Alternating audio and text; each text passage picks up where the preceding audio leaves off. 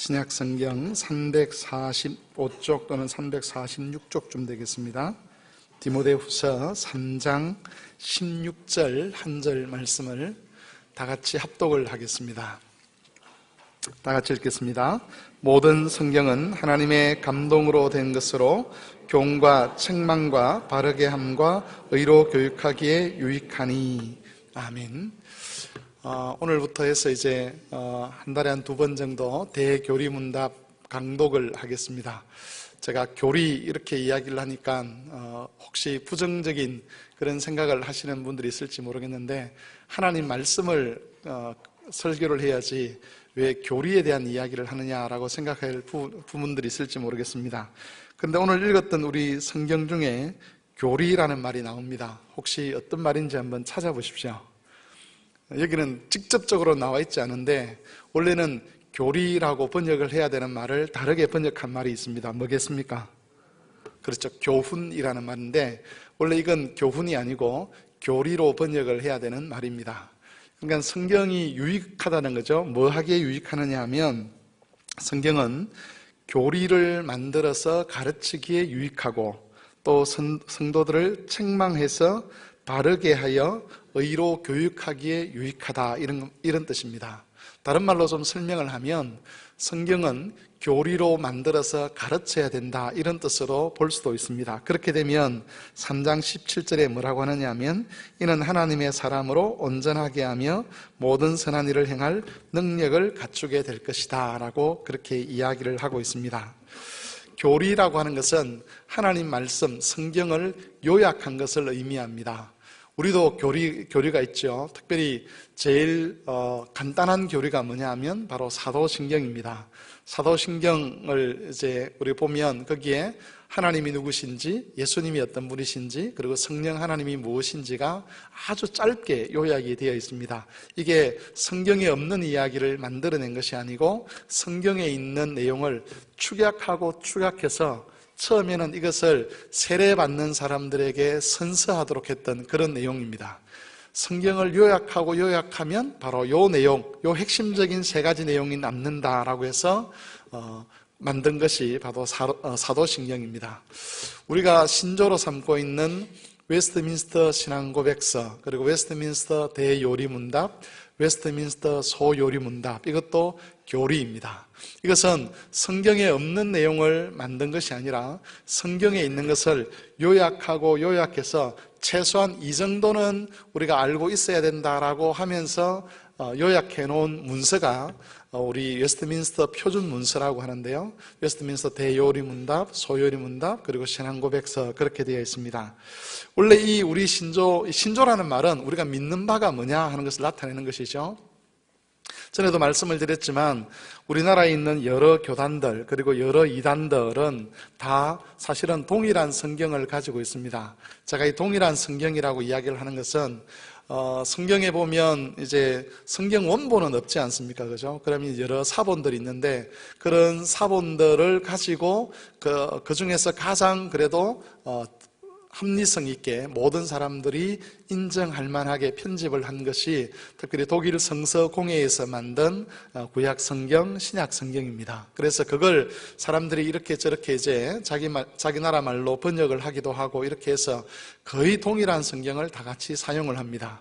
그런데 똑같은 성경을 가지고 있으면서도 예수님에 대해서 예수님이 나의 구원자입니다 라고 말하는 사람도 있지만, 또 어떤 사람들은 예수님은 위대한 선지자에 불과합니다 라고 말하기도 하죠. 그래서 성경이 하나님의 말씀을 계시함에도 불구하고 그 성경을 받아들이는 사람들은 각기 다른 말을 한다는 겁니다. 그래서 우리 믿음의 선배들은 우리가 이 성경을 가지고 우리가 무엇을 믿는가를 정리를 해내자.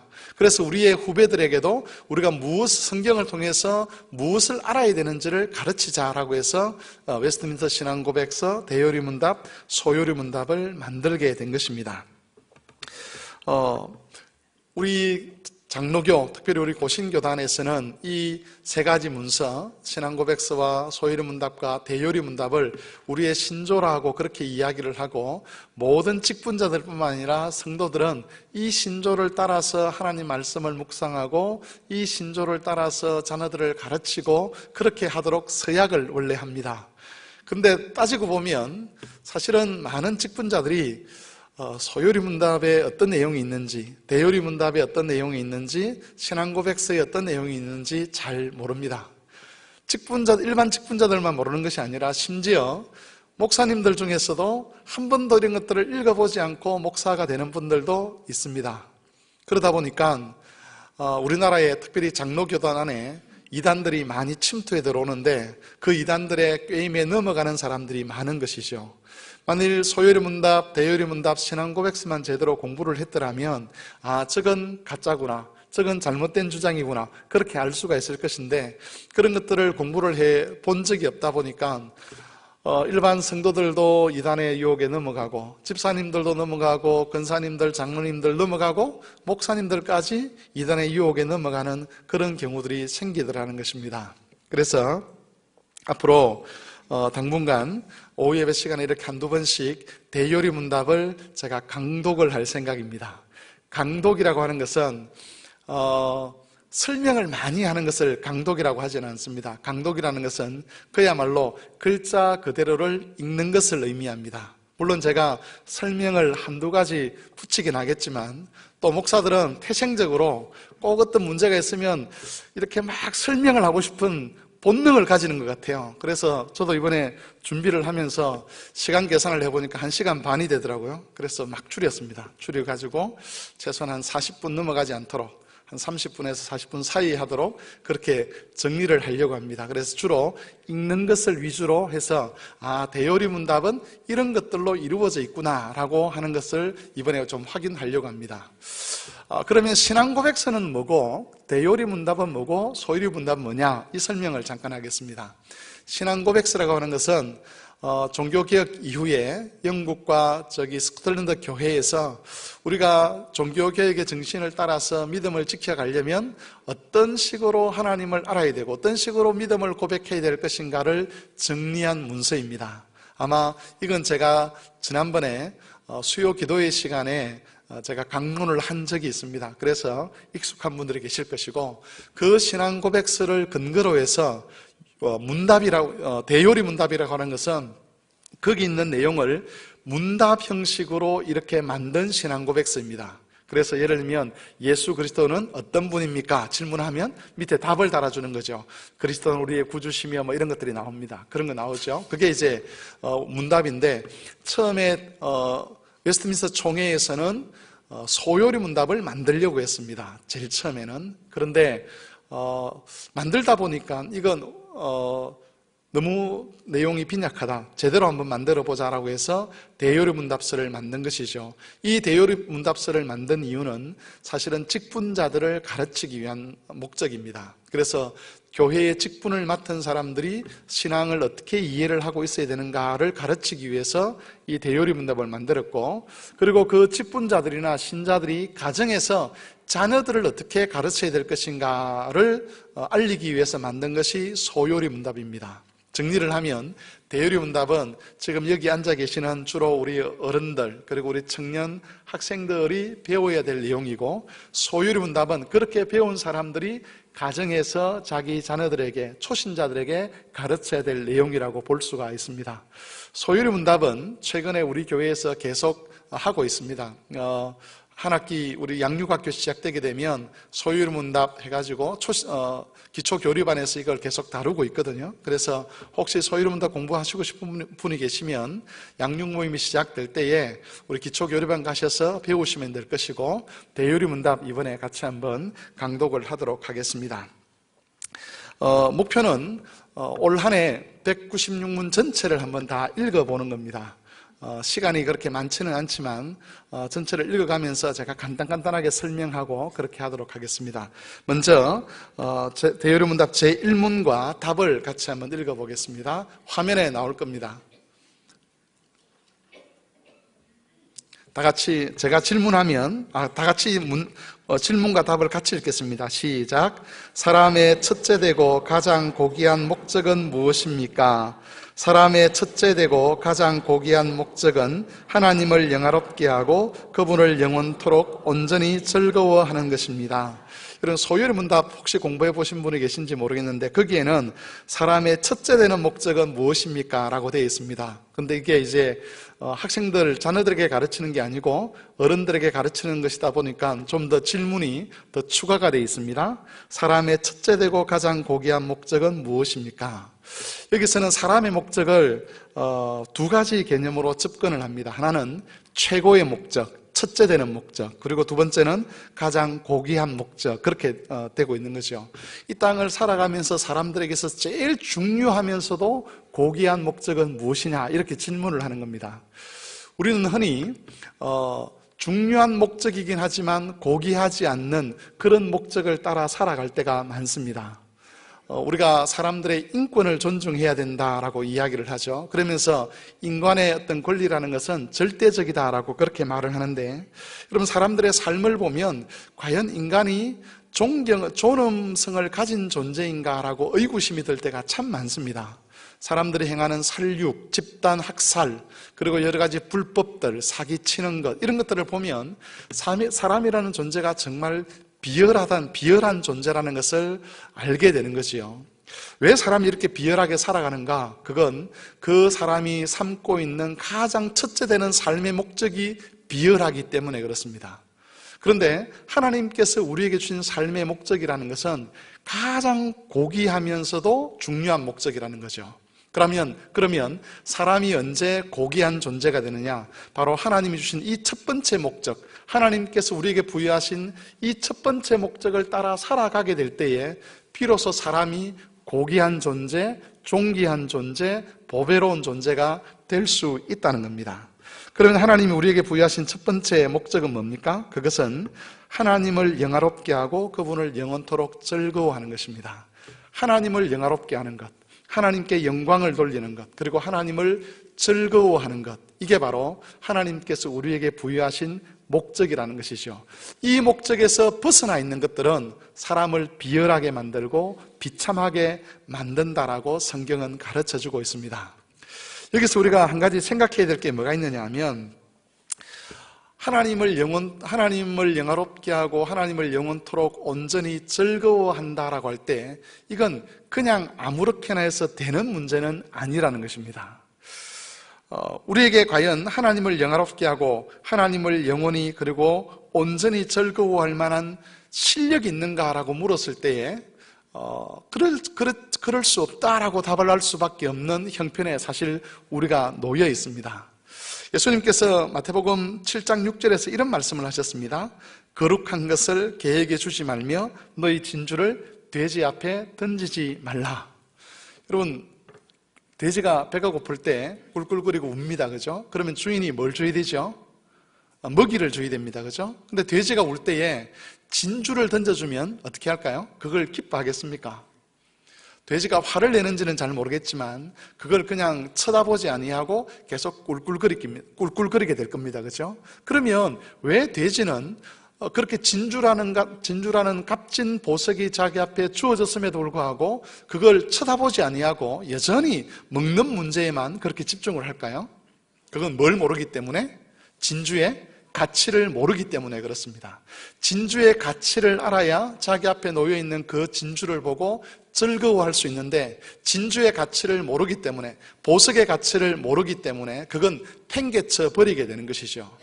우리가 하나님을 영화롭게 하는 것의 가치를 알고 하나님을 영원히 그리고 온전히 즐거워하기 위해서는 하나님이라는 분이 어떤 분인지, 그분이 얼마나 영광스럽고 가치 있는 분인지를 알아야만 이 하나님이 우리에게 부여하신 이 사명을 따라 살아갈 수가 있는 겁니다.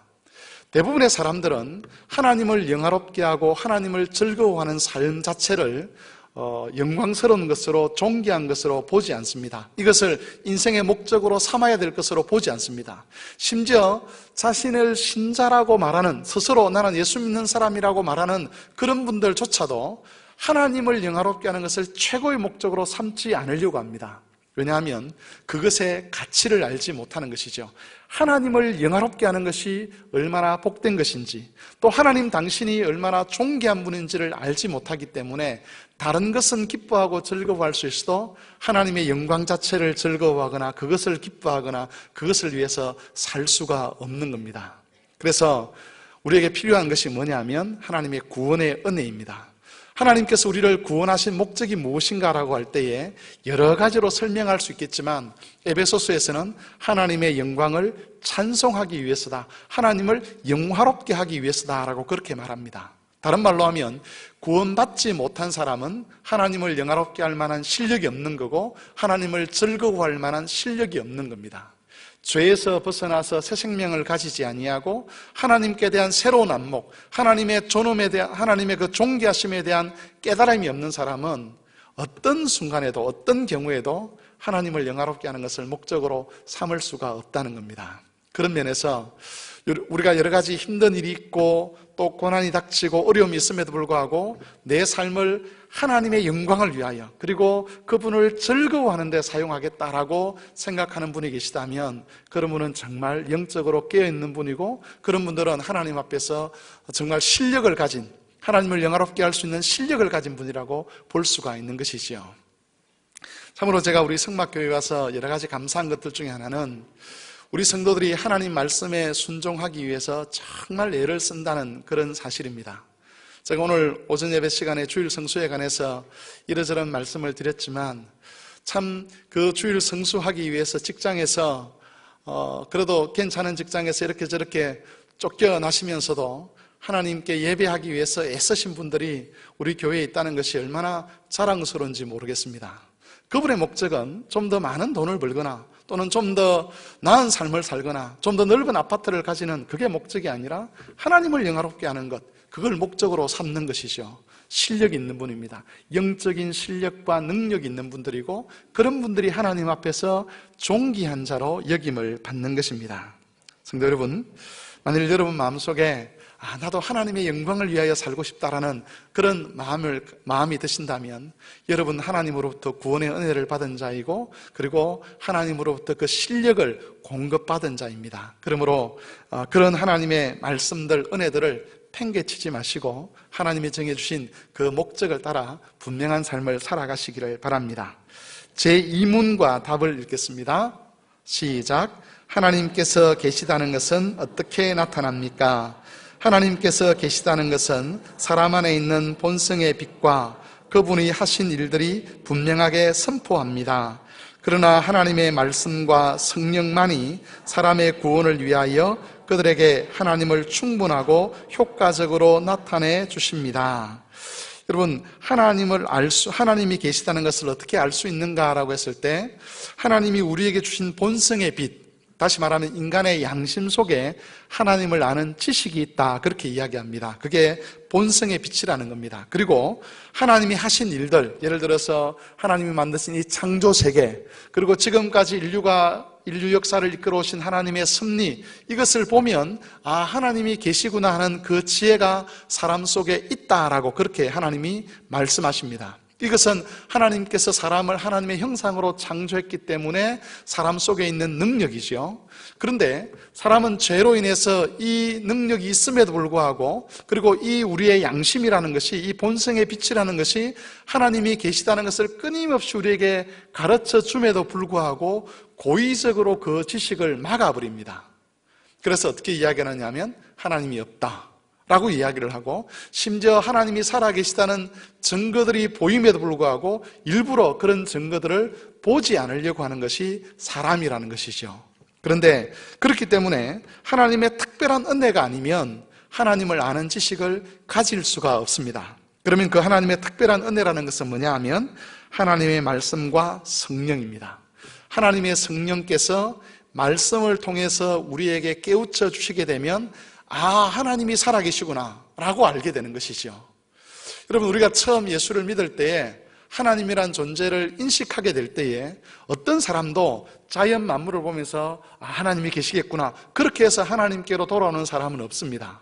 타락한 인간은 스스로 하나님을 알지 않으려고 하기 때문에, 의지적으로 하나님을 알지 않으려고 하기 때문에 그 상태에서는 하나님을 모른다는 것입니다. 그러다가 성령께서 어떤 순간에 어떤 계기를 통해서 우리 안에 역사하시고 그래서 말씀으로 깨우치게 되면 하나님이 살아계시구나 하는 것을 알게 되고, 그리고 그렇게 안 사람은 자연 만물을 보면서 이것도 하나님이 살아계신 증거이고 저것도 하나님이 살아계신 증거이구나, 내 인생이 그냥 흘러온 것이 아니라 하나님께서 섭리를 해오신 인생이구나, 그리고 인류의 역사라는 것도 그냥 진행되어 온 것이 아니라 이 순간마다 하나님의 섭리가 있었구나 하는 것을 깨닫게 된다는 것입니다. 그래서 하나님을 영화롭게 하고 하나님을 영원토록 즐거워하기 위해서는 하나님이 살아계시다는 것을 알아야 되는데, 그렇게 알도록 하기 위해서 하나님께서 성령과 말씀을 우리에게 선물로 주셨다고 그렇게 말하고 있습니다.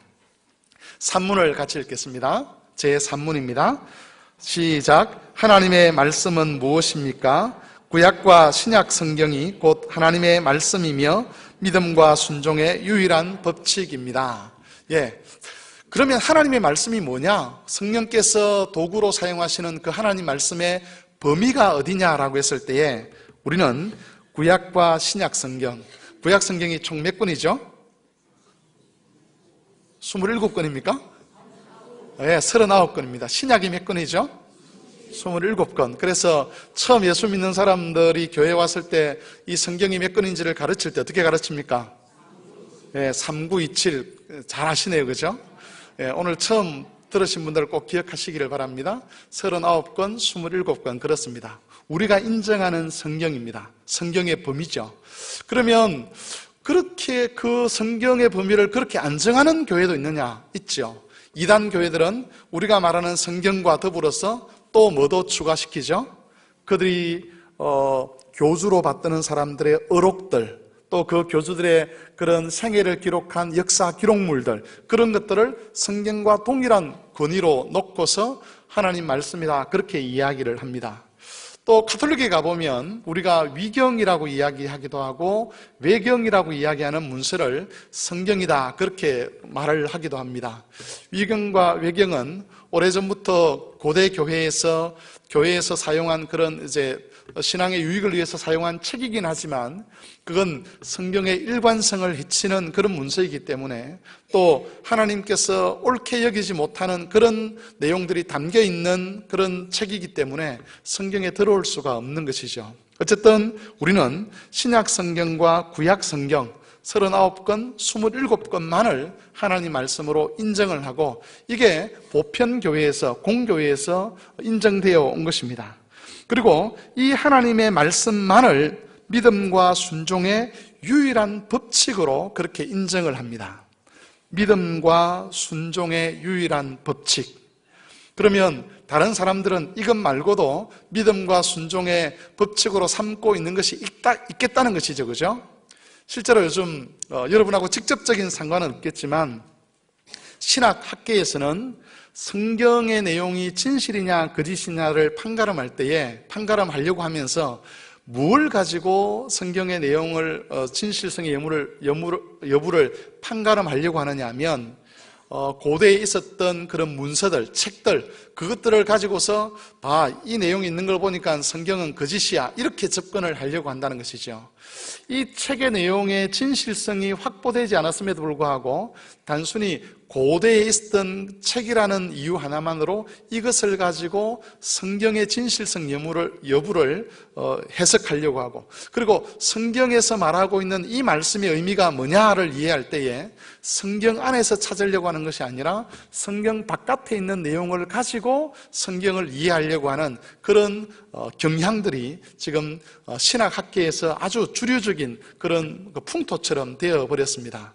그러다 보니까 하나님 말씀 안에서 성경을 해석하고 이해하려고 하는 전통적인 우리의 신앙들이 사람들로부터 무시를 당하죠. 아직도 그렇게 성경을 이해하고 있느냐? 아직도 성경만이 하나님의 말씀이고 그것만이 유일한 믿음과 순종의 법칙이라고 생각하고 있느냐? 웃기지 마라! 이런 식으로 조롱을 하는 일들이 학계에서는 비일비재하게 일어나고 있습니다. 그러나 우리는 다른 것을 통해서 하나님을 배우는 것이 아니라, 다른 것을 통해서 하나님의 뜻을 알아가는 것이 아니라 오직 신약 성경과 구약 성경을 통해서만 하나님을 알아가고 그분의 뜻을 알아간다라고 그렇게 고백하는 겁니다. 제 사문을 읽겠습니다. 성경이 하나님의 말씀이라는 것은 어떻게 나타납니까? 성경 그 자체의 존엄성과 순결성, 모든 부분의 일치와 하나님께 영광을 돌리는 성경 전체의 의도, 죄인들을 자각하여 회개하게 만들고 신자들을 위로하고 격려하여 구원에 이르게 하는 그 자체의 빛과 능력으로 스스로 하나님의 말씀인 것을 나타냅니다. 그러나 성경을 수단으로 또한 성경과 더불어서 사람의 마음에 증거하시는 하나님의 성령만이 성경이 참으로 하나님의 말씀인 것을 완전히 납득시킬 수 있습니다. 성경이 하나님의 말씀이라는 증거가 뭐냐 이 말이겠죠, 그죠? 성경을 읽어보면 성경 안에는 몇 가지 중요한 내적인 증거들이 있습니다. 이게 하나님 말씀이구나 하는 증거들이 있는데, 첫 번째는 뭐라고 하느냐 하면 성경 내용의 존엄성과 순결성, 이 내용입니다. 그러니까 성경에 있는 내용은 사람이 임의로 만들어낼 수 있는 그런 내용이 아니라는 것이죠. 타락한 인생이라면 이런 식으로 규례를 만들고 이런 식으로 규칙을 만들지 않을 거다라고 하는 내용들이 성경에 담겨 있습니다. 실제로 고대 사회에 다른 여러 민족들이나 나라들에서 나타나고 있는 그런 어떤 신에 대한 기록들, 또 신을 숨기는 규칙들을 보면 성경과는 전혀 반대적인 그런 요소들이 굉장히 많습니다. 인간의 타락한 본성들을 자극하고 그 본성을 따라 신을 숨기도록 하는 것들, 그런 것들이 많은 거죠. 그래서 여러분, 불교가 힌두교에서 나왔지 않습니까? 불교든 아니면 고대 이 팔레스타인에 있던 그런 여러 종교들이든 보면 인간의 성적인 욕망을 절대로 금지시하지 않습니다. 그런데 성경만이 오직 아주 경건할 것과 정결할 것을 요구하면서 하나님 앞에 설 것을 우리에게 규례로 가르치고 있다는 것이죠. 만일 사람이 이 규례를 만들었다면 이런 식으로 만들지 않았을 거라는 겁니다. 그래서 이 성경 내용의 존엄성과 순결성을 통해서 우리는 이게 하나님께로부터 말씀이구나 하는 것을 알게 됩니다. 두 번째는 모든 부분의 일치입니다. 성경의 내용들은 각 건들로서도 의미가 있지만 전체가 하나의 책인 것처럼 이해될 만큼 서로 내용의 일치를 이루고 있습니다. 잘 아시는 대로 성경이 인간 저자의 손에서 기록된 그 연수를 따져보면 약 1500년입니다. 그리고 대략 한 40여 명의 사람이 하나님께 영감을 받아서 성경을 기록한 것을 알 수가 있습니다. 만일 하나님이 배제가 되고 사람에 의해서만 만들어졌다면, 성경이 기록되었다면 거기에는 내용에 불일치되는 것이 많을 것이고 앞뒤 맞지 않는 이야기들이 많을 것입니다. 그런데 성경을 읽어보면, 또 성경을 공부해보면 마치 한 사람이 처음부터 끝까지 기록한 것처럼 성경 전체 내용이 일치를 이루고 있다는 것이죠. 이것은 하나님이 간섭하지 아니하였더라면 일어날 수 없는 일이기 때문에 이것을 성경이 하나님의 말씀이라는 증거로 삼을 수가 있다는 겁니다. 세 번째는 하나님께 영광을 돌리는 성경 전체의 의도 때문에 그렇습니다. 성경의 목적은 분명합니다. 하나님이 누구신지를 나타내시는 거죠. 그리고 네 번째로는 죄인들을 자각하게 만들고 신자들을 위로하고 격려하여 구원에 이르게 하는 그 자체의 빛과 능력입니다. 그래서 성경을 읽는 사람들이 회개하여 하나님께 돌이키고, 성경을 읽는 사람이 그걸 읽고 나면 위로를 얻고 힘을 얻는 것이죠. 성경을 설교하는 설교 말씀을 듣고 마음이 상하였던 자들이 그 마음이 회복되고, 용기를 잃었던 자들이 용기를 가지게 되고, 영적 침체에 빠졌던 자들이 그 침체에서 벗어나는 그런 역사들이 일어난다는 겁니다. 사람의 말로서는 결코 일어날 수 없는 그런 일들, 영적인 일들이 성경을 읽는 가운데 일어나기 때문에 우리는 이것을 하나님의 말씀이다, 그렇게 볼 수가 있는 것이죠. 그런데 여러분, 이런 성경의 자체적인 증거에도 불구하고 타락한 인간은 성경이 하나님 말씀인 것을 잘 인정하지 않습니다. 이것을 인정하게 하시는 분이 누구냐 하면 바로 성령 하나님이시라고 우리 신앙고백서는 우리에게 정리를 해주고 있습니다. 성령께서 우리 마음에 성경이 하나님의 말씀인 것을 증거하시면 비로소 이게 하나님의 말씀이구나라는 것을 믿게 된다는 것이죠. 그래서 여러분 한번 우리가 성경을 하나님 말씀으로 믿게 된 그 과정을 한번 따져보십시오. 분명히 성경 안에는 이것이 하나님 말씀이라는 증거가 있는데 저와 여러분 중에서 어느 누구도 여기 있는 증거들을 다 살펴가지고 성경이 하나님 말씀이구나 그렇게 해서 이것이 하나님 말씀이라고 믿은 사람은 아무도 없습니다. 우리가 어느 순간인가 성령께서 우리 속에 오셔서 이것이 하나님 말씀이라는 것을 깨닫게 하고 난 다음에 진짜 그런가 해서 살펴보니까 그렇구나라고 알게 된 것이죠.